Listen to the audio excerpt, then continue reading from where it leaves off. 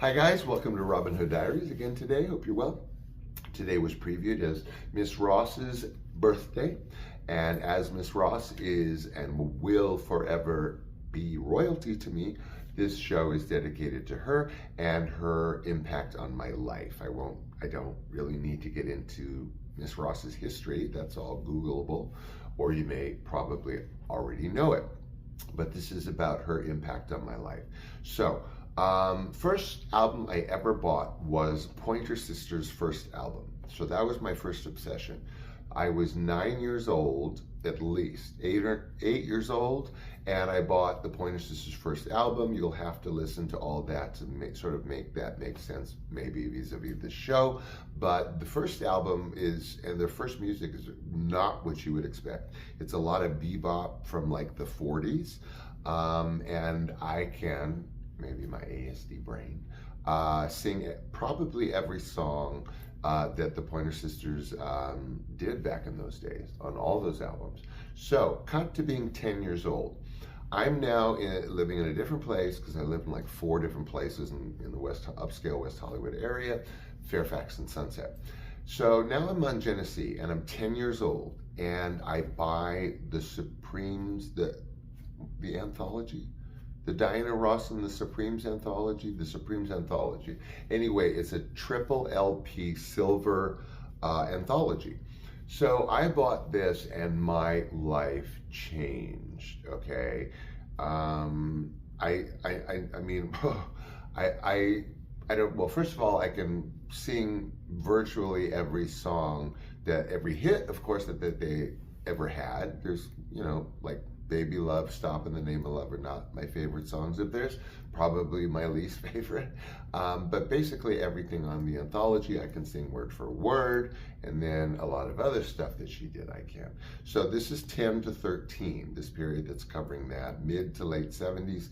This is my obsession in 75, this anthology album. It was played on a lute. I mean, my friend and I thought she was God.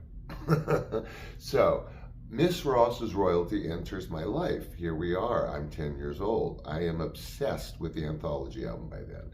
And so then what doesn't help is I become obsessed with Lady Sings the Blues, which is the upshot, or what followed, the most brilliant reinvention that has ever been accomplished by Berry Gordy. You may not be a fan of Berry Gordy, but he is a genius, was a genius, and his work, for the most part, remains genius. Maneuvers also, because the greatest musical reinvention, I think, of an artist ever, in terms of popular music or anything else, is what Berry Gordy did when he switched Diana from glamour queen, and I don't mean to offend you, Miss Ross, but to a boy on an album in shorts and a dirty t-shirt eating an apple with no makeup on and clipped hair. So, and then we get reintroduced to glamour equals strength. So this is my appeal here. First of all, this is a black woman that went against all odds. She came from nothing, as we all know. Have you ever seen pictures of the Brewster Projects in the 50s, in the late 50s? Ugh. I mean, hey, this is serious nothingness coming from. Then she's in the Primettes, a group of 4 girls.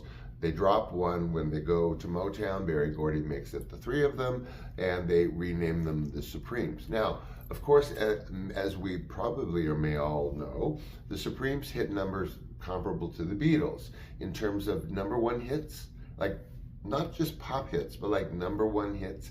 It's innumerable. It I think rivals the Beatles. Yeah. For sure, I would imagine. So then her career. So again, now she does Mahogany. So that doesn't help for me in terms of royalty, because I'm already completely obsessed from the anthology album. I'm then obsessed with Lady Sings the Blues. My